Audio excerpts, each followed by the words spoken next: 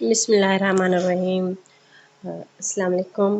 अॼु जो जेको मां टॉपिक खयो आहे उहो उमेद आहे त तव्हां सभिनी खे पसंदि ईंदो ऐं मां हीउ वीडियो ठाहियो आहे त इन खे लाज़मी ॾिसिजो ऐं इन जा जेकॾहिं ॿ पार्ट थिया त ॿ ठाहींदासीं, जेकॾहिं थी वियो त हिकु ई हिन में तव्हांखे मां ॿुधाईंदीमांव।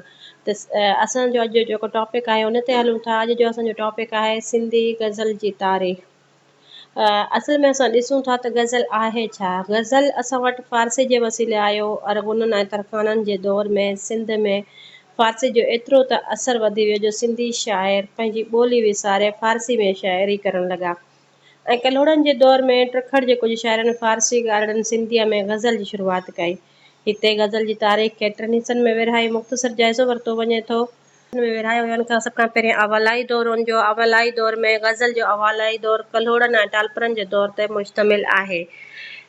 उन में की ऐं कुझु गज़ल जेके हुआ नूर मोहम्मद ख़स्ता ऐं कुझु मिर्ज़ा तक़ी चया हुआ, पर उन्हनि ते फ़ारसी जो तमामु घणो असरु हो। टालपरनि जे दौर में सचल सरमस्त बि कुझु गज़ल चया जेके मिजाज़ जे महमेज़ सां भरपूर हुआ। हिन दौर जे गज़ल जा कुझु नमूना हेठि ॾिजनि था। तबर अफ़गंदी अज़ रुख़ त नक़ाब हशर थियो आफ़्ताब लायो त आब। त इहो जेको हुयो जेको नमूनो आहे नूर मोहम्मद ख़स्ता जी गज़ल जो आहे। उन खां पोइ हेठि जेको नमूनो पेश कजे थो इहो जेको आहे सचल सरमस जो आहे। उन्हनि अखियुनि खे ख़ासो खुमार तुंहिंजो वेठो वठी मां आहियां कामिल करार तुंहिंजो। इहो सचल सरमस जो आहे। हिन दौर जा कुझु ॿिया गज़ल जा नाम यारा शाइर हेठियां हुआ साबित अली शाह, मीर हसन अली ख़ान, अमीर नसीर ख़ान वग़ैरह। उन खां पोइ हिन जो ॿियो दौरु शुरू थिए थो। हाणे असां गज़ल जो दौरु पढ़ूं था त उनखे टिनि दौरनि में विरहायो वियो। अवलाई दौरु असां ॾिठोसीं हुन में कहिड़ा कहिड़ा गज़ल गो शाइर आहिनि ऐं उन खां पोइ ॿियो दौरु शुरू थिए थो। ॿियो दौर में छा अची वञे थो, ॿिए दौर में गज़ल जो ॿियो दौरु अंग्रेज़नि जे दौर ते मुश्तमिल आहे। हिन दौर में गज़ल तमामु घणी तरक़ी कई ऐं केतिरा ई गज़ल गो शाइर पैदा थिया।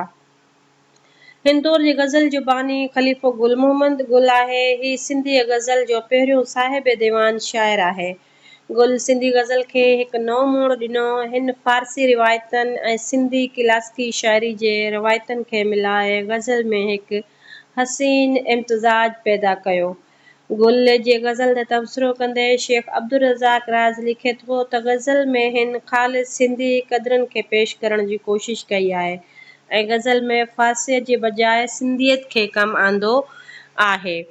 सिंधी माहौल, सिंधी सक़ाफ़त ऐं सिंधी मिज़ाज खे गज़ल में समूहण जी हिकु वॾी कोशिशि कई आहे। अजनबियत ऐं गैरियत मिटाइण जो सहयोग कयो आहे। हीयत जे एतबार खां त गज़ल फ़ारसी हीयत जे मुताबिक़ आहे, पर फ़िक्री ऐं ॿोलीअ जे लिहाज़ खां संदसि गज़ल सिंधियत जे बिल्कुलु क़रीब आहिनि।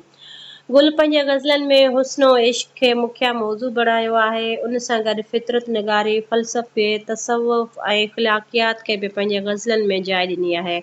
संदसि गज़ल जा कुझु नमूना हेठि ॾिजनि था। अंदर में इश्क जंहिंजी जाइ पंहिंजे थो वहे जोड़, वस बरसाति जीअं दाइम तन्हीअ जा नेण थिया आला।